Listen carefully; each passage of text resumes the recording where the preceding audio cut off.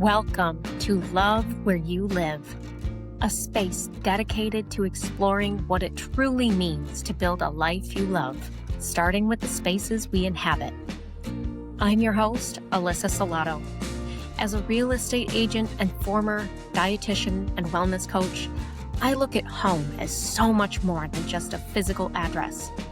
It's the foundation for our daily lives, where our physical environments, our communities, and our overall well-being converge.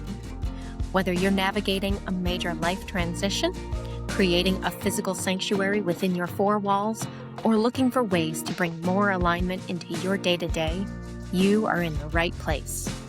Are you ready? Let's go.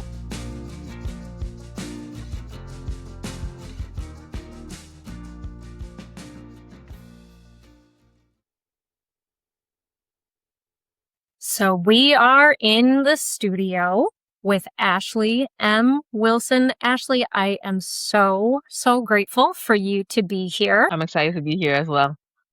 Let me tell everybody how amazing you are. Ashley Wilson is a purpose-driven creator, certified integrative health practitioner, and founder of Flourishing Essentials, LLC, which is an online wellness center equipping women and mission-driven entrepreneurs in transition to build lives rooted in wholeness, creativity, and sustainable growth.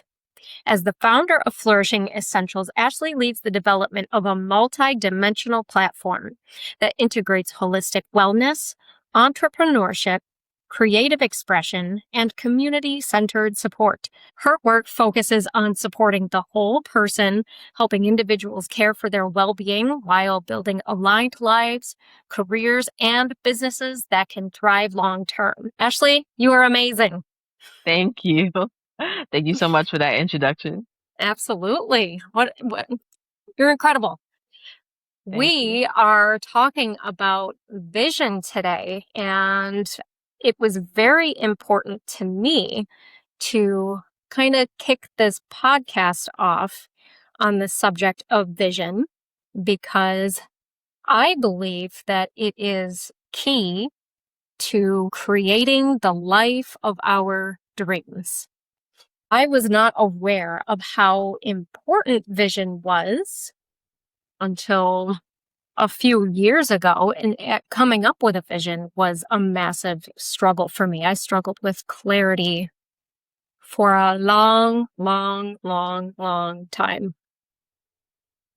I remember a meditation that invited us to let everything go and asked, "What do you see?"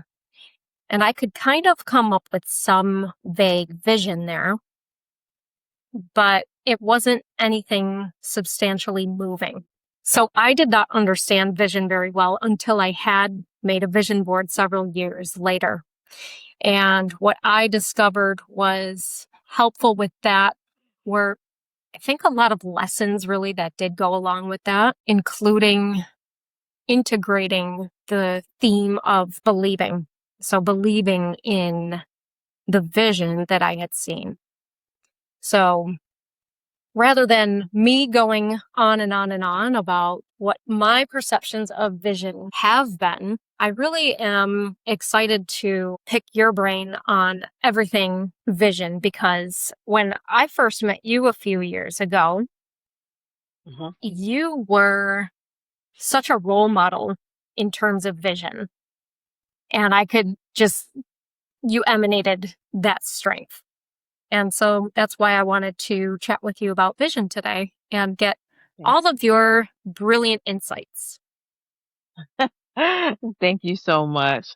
I remember us meeting those years ago and having a lot to discuss concerning career and vision, what it would look like as far as different entrepreneur ideas and even hobbies. You know, how do we incorporate that in our lives and allow that to influence some of the things that we want to do in the future? So I appreciate you bringing that up.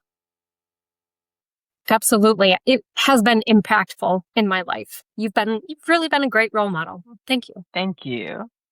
So tell Thank you. me how you go about creating a vision. As I described, vision was not something that I even understood how to create, Huh? could not understand it whatsoever.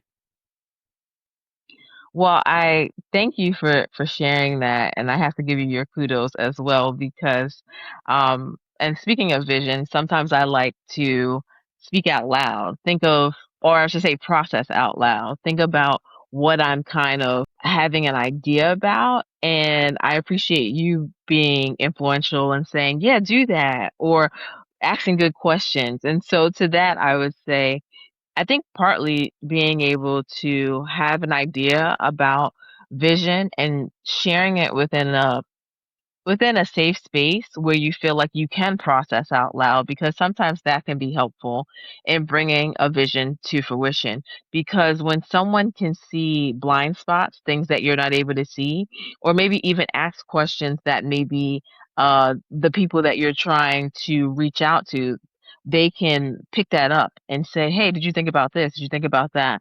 I feel like in that your vision expands. So I feel like vision first starts with passion and desire and the things that you feel purposeful in doing in the earth and, you know, within life, ministry, whatever it could be, whatever you're feeling called to. But then it also includes being able to structure that out. Sometimes I do that in a vision board, but sometimes I do that in a safe space of people that can give me good counsel and wisdom as well. I agree. I agree. I like that you specified a safe place. I think it is key because when we are creating a vision, there's so many factors that go into it where we could be afraid of, let's say, daring to dream big because what if we don't get there? Uh-huh. And having that space where other people can encourage you. Of course, there's always the risk that you run into somebody else who says, okay, to the person who just really doesn't believe in your capabilities or your dream, Uh-huh. And so 100% a space for being allowed to dream big. Yeah. I do want to point out a detail that we haven't exactly touched on just yet, but we've talked about this before. And a big part of making that big dream, that big vision, is all of the small pieces that support it. So if you could, I think like if we could just imagine like the big grand vision is up here at the top of a pyramid, right? Yes. We've got to have all of these smaller little pieces that are the foundation to that. We won't just wake up tomorrow and boom, we are living that massive dream. Life has to Uh-huh. happen. And Yeah, so you spoke definitely. about creating the vision board as a physical means of bringing your big vision to life. Can you walk us through that? Definitely. And I just want to also touch back on when you were saying about the safe spaces again. The reason why it's important, like what you said, as far as having the right people around you, is not so that you always just have yes men around you. I don't want anyone to think, oh, that's why. I think it's important that you have people that can see your dream and support you from a place of love and growth and that are truly for you. Because sometimes if you're dealing with people that have their own insecurities that they haven't worked through, Mm. they will if you think of a leech, they'll leech out of you what you're actually supposed to do and produce in the world because they haven't been able to do it or because they feel intimidated that someone else is doing it and they aren't or there is some that sometimes it could be this thing of like feeling like they should have been more ahead and if they see you getting to a place earlier than what they have you run against those type of mindsets. So if you see any type of that, that's not safe to be able to share a vision for because vision and having the people around it you do need constructive criticism to be able to, Right? again, bring out those blind spots. But you also need those people that will say, here are the blind spots, but then also here are the good parts too.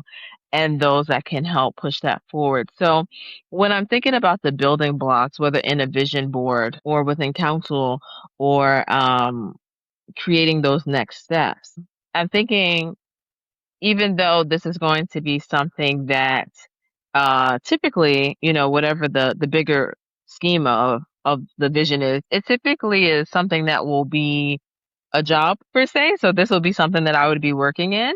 So I think specifying your vision, like what do you have a vision towards right now? Is it a hobby? Is it a personal health goal? Is it a work goal? Because a lot of times I do my visions around entrepreneurship or things of that nature. Sometimes that's my first place, but then sometimes I have to make a second board that's this is also the vision of what I see from that coming to fruition for my family, the finances, the health, all those different things. So I think also allowing the audience to know that there are different parts of being able to break down the vision to see what part you're going towards right now, and then lay the bricks from that place on whether you're making a vision towards what you want to do concerning your family right now, or whether you want to do it towards your business, or whether it's something else. Yes, I love that. Focusing on each of those pieces, the power of Hmm. focus. Yeah. It makes me think of my life today. Yeah. I woke up before my alarm, just not not feeling what we could say in alignment, right? Just not feeling Mhm. right. And that takes care, right? We have to Mhm. notice where we are Mhm. and then pull from that vision.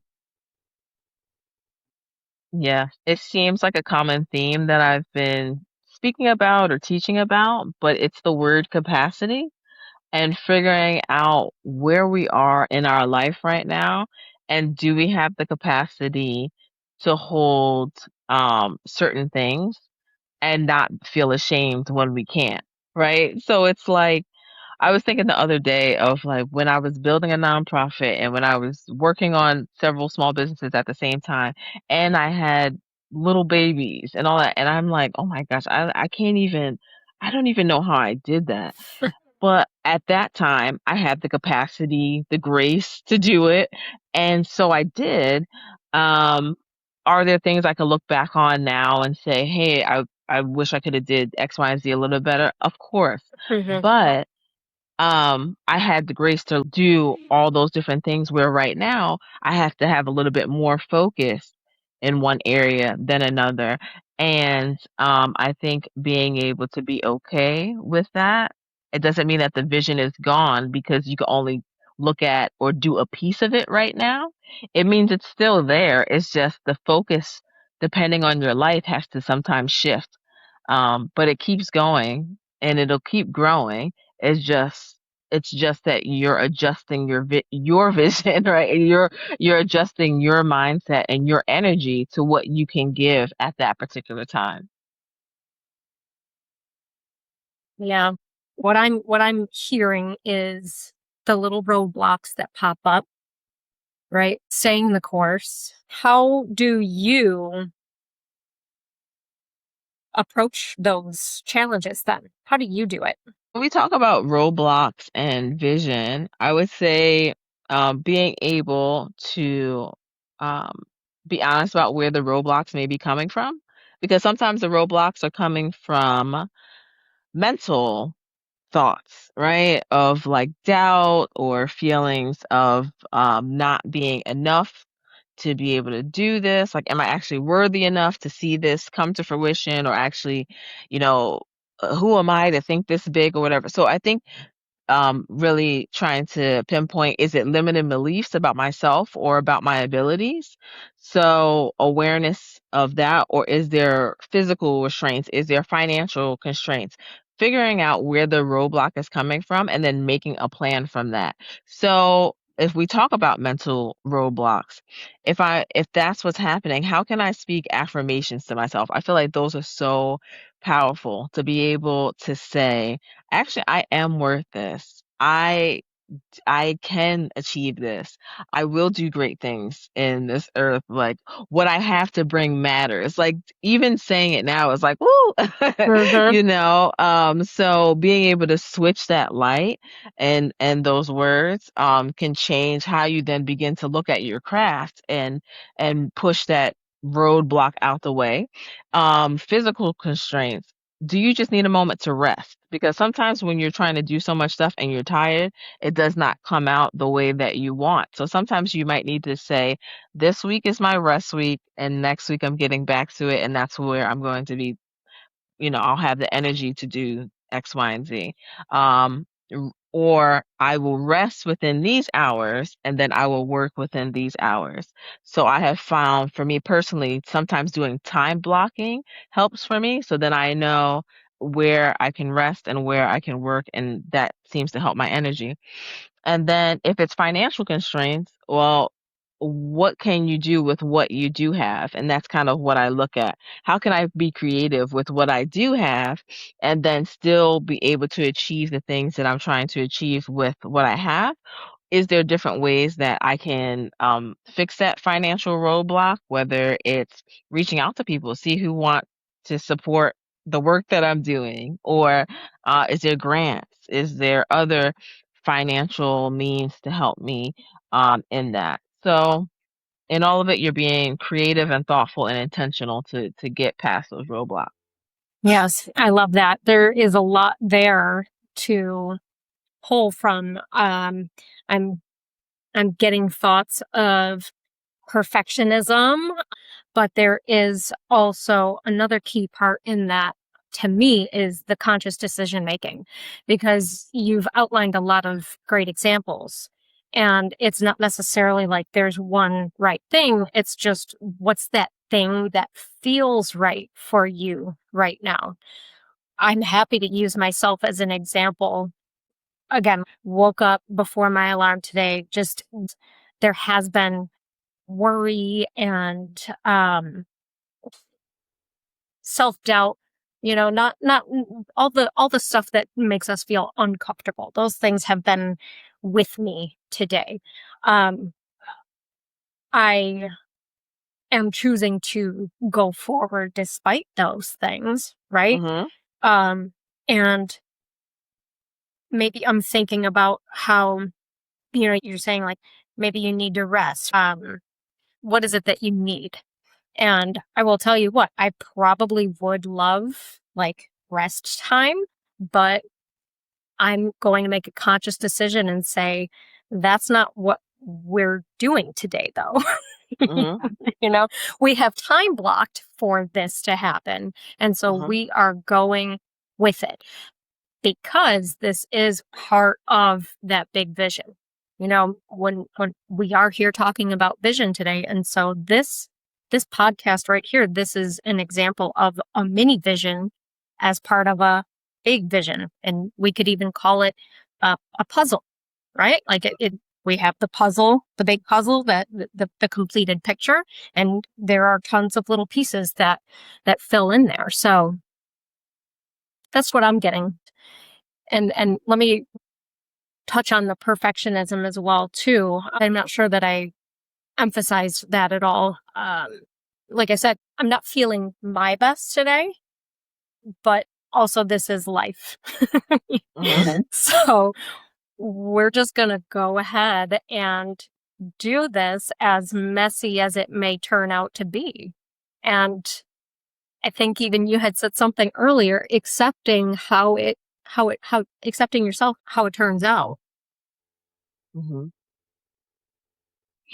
I think we can talk about it being part, I mean, because I talked about the mental part, right? So maybe that could be a place of roadblock if it's like the difference between trying to work in excellence versus perfectionism. Oh, that sounds Yes. interesting. Let's talk about that.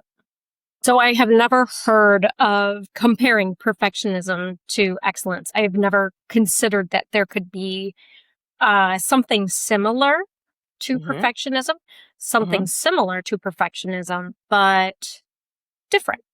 So Mhm. can you tell us the difference between perfectionism and excellence? Yeah. So I think we were discussing limited beliefs, right? So I think that sometimes what can stop people from doing something too is perfectionism, like thinking it has to be perfect in order to send something out or do something. And so to me, I feel like the difference between wanting to do something well, right? Like I think it's important that whatever we're trying to release into the world, we do it well.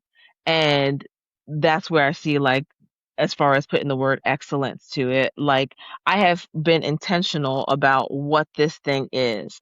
It's not just something that I just threw together, depending on what it is. Now, every category has its level of um what would be the best, what they feel is the best to the world, right? Like, so for me, like Mhm. when I'm thinking of art and things of that nature, it almost feel like there's not many rules with art. Like I can kind of draw, I can create, and I can just say, hey, this is my creation, and I want to bring this to the world, and everybody can have their own interpretation of it.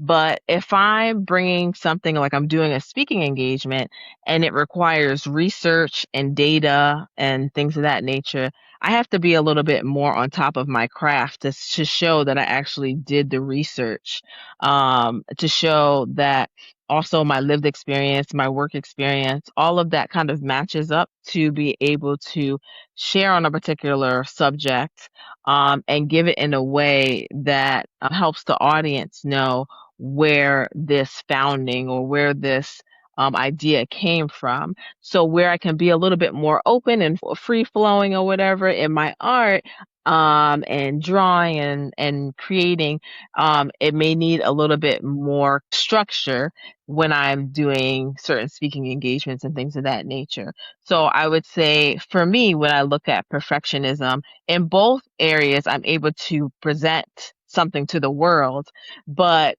I just may have to be more intentional about how I'm presenting it depending on the audience that's being impacted at that time. So if that gives a little bit more insight into what I'm sharing. Yeah. So intentional, I mean, that 100% speaks to vision, right? I want to use your example of a speaking engagement. How would you guide the people that you work with? How would you guide them to envisioning a speaking engagement? How would you guide somebody into delivering that with intention? So in speaking about guiding someone in um, whether they're going to do a speaking engagement or a teaching, I would say one, is it something that is like, is that something that's connected to you? I think it's important that we don't get caught in just talking about anything, right? Like, I think all of us can read something, pull something from it, and then talk about whatever. But I feel like it comes from a deeper place, and your audience is able to connect with you a little bit more if it's something that you truly are passionate about or have had some experience in. So that's first. What is your motive in wanting to take on the speaking engagement, the teaching? And two, do you have any either lived experience concerning that subject or have work experience, volunteer experience, that is coming from that place when you go to share? And then, of course, adding in any type of educational resources that you have learned along the way that can enhance that So it's not overriding it, but it's enhancing the different experiences that you've had or different opportunities you've been given. And it helps you to speak to that. And then, of course, depending on what you've been asked to talk about or teach about, you're creating some type of outline so that it can help to keep you in alignment with the topic at hand. Because depending on the topic, your focus could go anywhere. So what type of focus are you going to take when it comes to the topic you're being presented? And then being able to pull important points from that and then deliver, be confident in your delivery.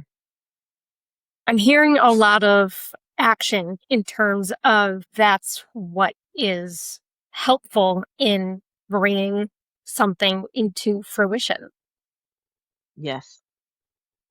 I mean, Yes. when you said outline, I'm thinking, okay, so an outline, we're using speaking engagement as an example. And to deliver a speaking engagement, you would have to outline that primarily with words, right? You're not going to Hmm. necessarily use images.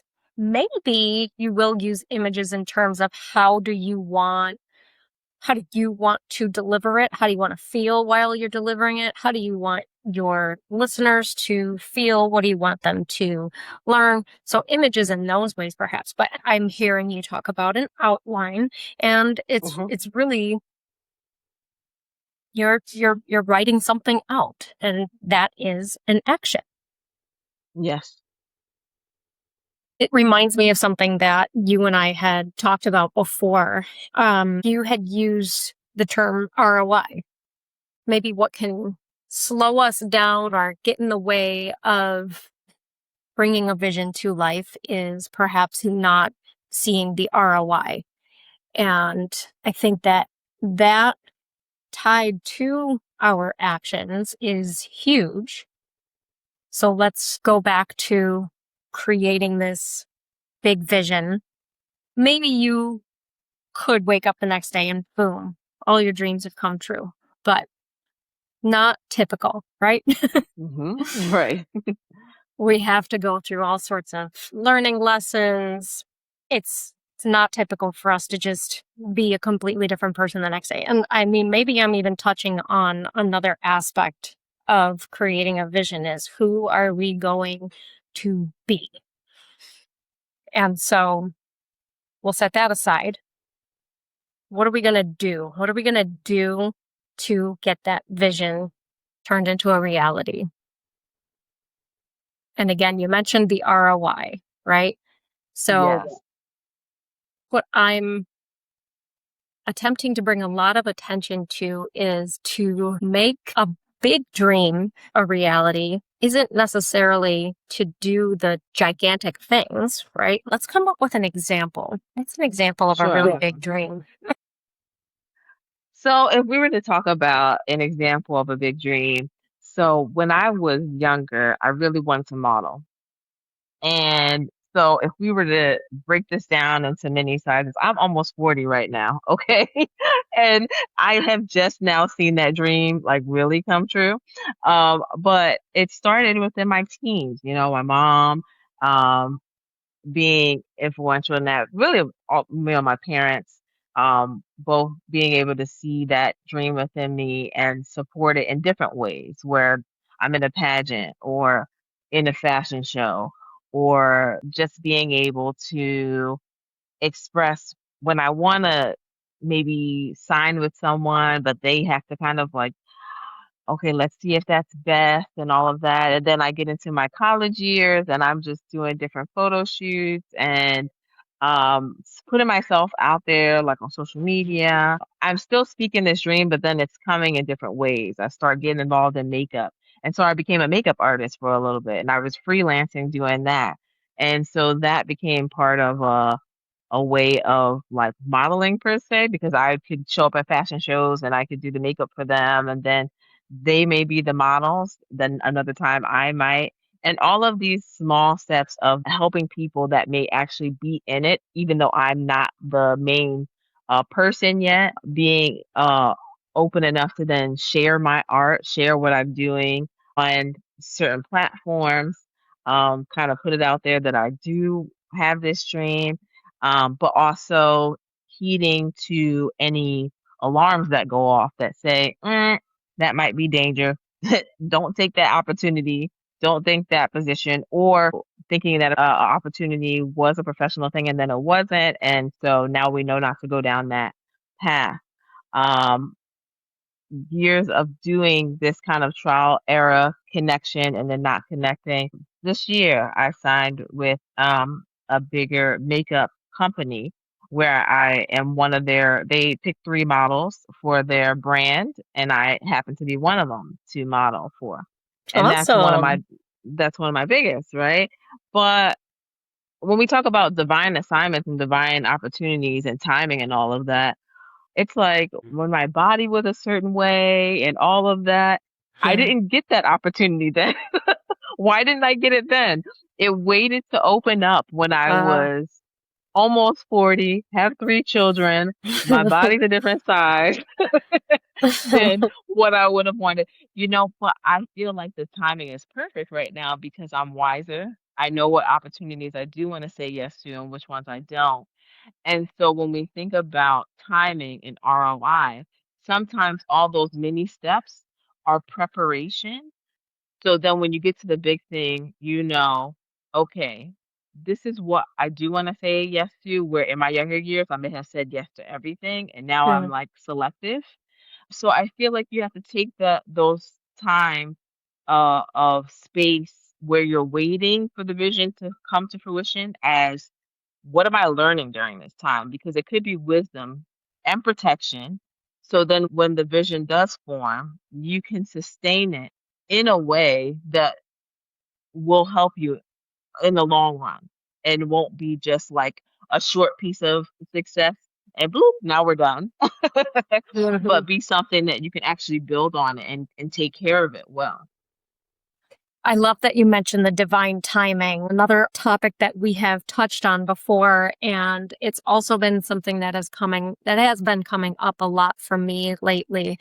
And it is a really curious topic, I think, Hmm. especially when you are working towards a vision, because sometimes I think that we're talking about it already. Sometimes it can be you can experience some disappointment where you haven't become that model that you wanted to yet, right? And it Right. can be very frustrating. And I had to sit and think about this divine timing for a little bit. And divine timing, I think, has a lot to do. I mean, you mentioned, what am I learning? Right. So, of course, there are things Hmm. I think that in ourselves we're going to have to learn. But I think divine timing is also most significant when it involves Yes. other people, don't you think? Yeah, I think it's two parts for me when I think of divine timing Mm, because if I haven't shared her yet, my faith is huge for me when I do take on positions, when I am thinking about vision, a lot of prayer is involved because of that. Who are the people that's going to be impacted to my yes and to my no? So I do mhm, have to be mindful of that and who's going to be impacted by my decisions. Um, and I think well, if we're using even the example of modeling, part of it was yes, you do have that. Well, who will notice my craft type of thing? mhm. But then it's the other part of like, am I working on it? How am I putting myself out there in a way? Obviously, that's like respectful, something that I'm going to be proud of, but also in a way that makes people notice you. Like, I think that's the Yeah. part that kind of can be hard for people to say out loud, but it's like in order to kind of create some of these opportunities, you have to be willing to put yourself out there to share what it is you want to see come to life. So for a long time before I actually became a model for this particular company, I was saying, I want to be a model for this company. Hey, I really like this makeup. I really, Mm, and then showing that through the different videos I would post and all of that. And I understand that can be vulnerable. Showing up in the world and putting yourself out there is going to look different for each person. your art might be front face, so it might not always be you doing the like you're just the person that's talking, you're being seen or whatever. Maybe, your accounts are faceless or whatever, and you're able to show just the art piece that you made. However it is, but that still is a vulnerable part because you're sharing what you created, but you're putting it out there so people know that this is what you actually do. So, yeah. I love it. Yeah, I'm just seeing why it does take so long sometimes for some things to happen. Like I'm noticing again, what can be at play here? There's limiting beliefs, there's skills. You've got to learn some new things. Like, Yes. listen, we are at the start of a new podcast. I'll just use that Mhm. as an example. I mean, shoot, there's Definitely. so much to learn, so many blind spots present that I'm sure I I have no idea what is up ahead, right? And those Mhm. are skills. There's also perseverance that I'm getting from you as well. It's you wanted to model for Yeah. this one particular company. And if that was true for you, was it something that you were truly connected to, then yes, Mhm. without a doubt, you keep going for it because you Mhm. feel that. Mhm. And then your faith, of Yeah. course. You've Mhm. got to have that faith and lean on something that I think is a way for you to maybe not feel alone or crazy. You fill in the blanks if you agree or what. I feel like being able to rely on faith is, and my relationship with God in a lot of these instances is that I feel like it's so I will say this, it is an onion. So it has many layers to it. But I do believe that there is something to stepping out when God shows you a vision to do something. And so there are those layers of learning. And yes, you will look at yourself 5 years from now and say, man, from what I learned right now, I would have done X, Y, and Z differently. But I think we still have to also be able to look back and say, hey, but I'm still proud of you for doing something. I'm Hmm. still proud of myself for each time that I have stepped out and each time that I've said, no, I'm not just going to do the average thing just because someone wants me to stay within a particular box. No, that doesn't make me like arrogant or whatever. I think we have to also deal with that, like people that just want to humble you all the time. It's okay to be confident. It's Hmm. okay as long as you're not trying to make yourself, like you're not bringing people down, but you're being Superior. confident. Yeah, you're Yeah, not there's a doing difference that, between but confidence, arrogance, and superiority and all that. exactly, exactly. And so I feel like there's that another layer of that societal thing of like people wanting you to be confident, but then when you actually are, they're like, wait, hold up a second. So I think that you should walk in confidence in what you feel that you've been called to do. But that doesn't leave out again the things that we've talked about, having the wise counsel. If faith is your thing, praying to see the next steps and then being able to work that out, knowing that also maturity is going to guide you as you get older as well. That Yeah. you did that and you see different things as you get older, but the things that you do now also set you up for the bigger things in the future. So basically, stagnation is not a choice. If you want the vision to come to life, you can't Ah, be stagnant. oh, I like that. Yes, amen. Yeah. And even I think what I think must be emphasized here too is celebrate the process. You're saying like stagnation is not an option. Hmm.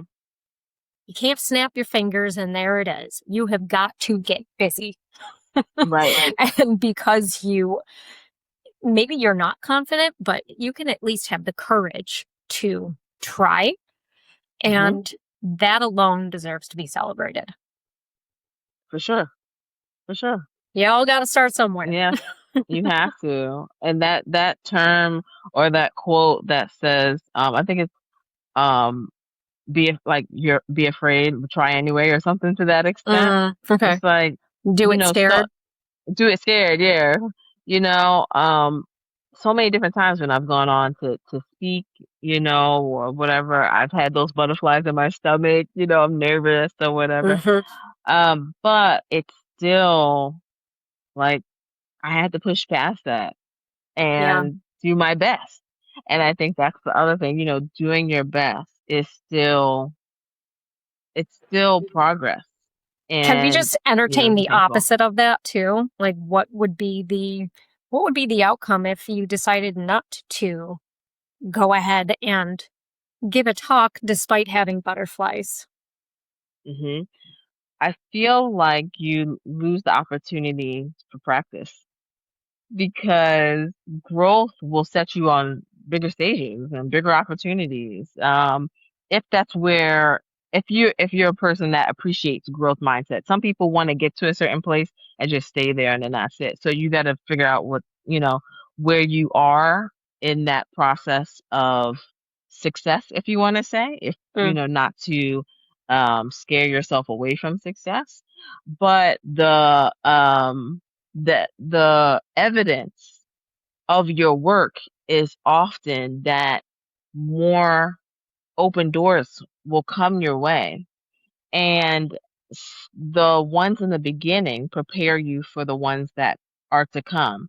And so, not taking that, I'm not saying say yes to every opportunity, but I'm saying this yeah. was the opportunity you knew you were supposed to say yes to, Or you and the chose. butterflies came, right, and now you're not wanting to do it because now just because you're nervous. Hmm. um I'm saying don't allow that to get in the way because it's going to be practice for you.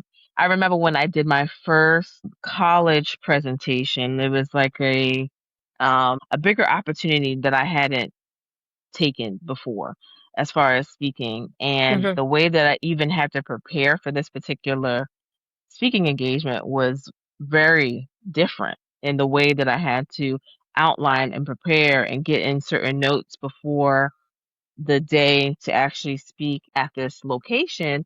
And I was just like, I wonder how I'm going to even do. Like, this is so new. This is so outside of even how I've prepared before and how I present. But I feel like I need to at least still do this so that I can learn. And after those presentations, those that were there, they get to kind of judge you based Oh. on what you share. So afterwards, there's a level like 1 to 5. How would you kind of rate your teacher that day? How would you rate your Oh. speaker for this particular conference? And so with that particular one, you can go up to 5 stars. I had gotten a 4. And even though it was my first time and I was like, oh my goodness, should I do this or not do that? The feedback, whether it was positive or constructive, still helped me to know, okay, for the next time, this is what I should do better. But if I had never taken that on, I would never have known, again, what my blind spots were Hmm. or how to better present or also the things that I did well. So I hope that it just gives an example of a time that happened for me. 100%. Yeah. And it sounds like it was something that you desired to be good at. So that Yeah. is essential in growing your skill at speaking, whatever action you want to use as an example. And I mean, even the hmm thought of learning an instrument or learning a sport, I mean, there's just a multitude of examples that we could give. And it's really like, yeah, you're gonna grow into it. You just you Yeah. just gotta try. You just gotta do And it. I will say too, there will be people that down the line, when they find you and they connect with you, those beginning steps, whether you still have them on your page or whatever it is, some of that they may identify with more than when you're finally on the stage, whichever part it is. Um, I think I think it's great to bring those that are on the journey with you so they can kind of see if they if they choose to stay on it, the beginning to the fruition, it's all good. Yeah. Yeah. Yeah. Well, Hmm. this has been very enlightening. I love it. And I would just love to dissect vision all day long. Yeah. Thank you so I much for definitely do. joining me today. I appreciate you. No problem. Thank you for asking me on here. And I am so excited for you and where this podcast is going to go. Thank you, Ashley. Now, where shall people find you? Well, I would say you can find me at Flourishing Essential LLC on Instagram. And on that Instagram page in my bio is a link to my link tree, and that will take you to everything else you want to know. All the other social media platforms, my website, and everything else. Perfect. And I will make sure that all of that is written out in our show notes. Great. Thank you for having me today. Thank you, Ashley. Bye bye. Bye. Thank you so much for spending some time with me today in this part of the world. Creating a home and a life you love is a continuous practice, and I'm so grateful to be on this journey with you. If today's episode gave you a little bit of inspiration or a practical takeaway for your own space, please take a moment to hit that follow button and leave a quick review on Spotify or Apple Podcasts. Take care of your space, take care of yourself, and I'll see you next time.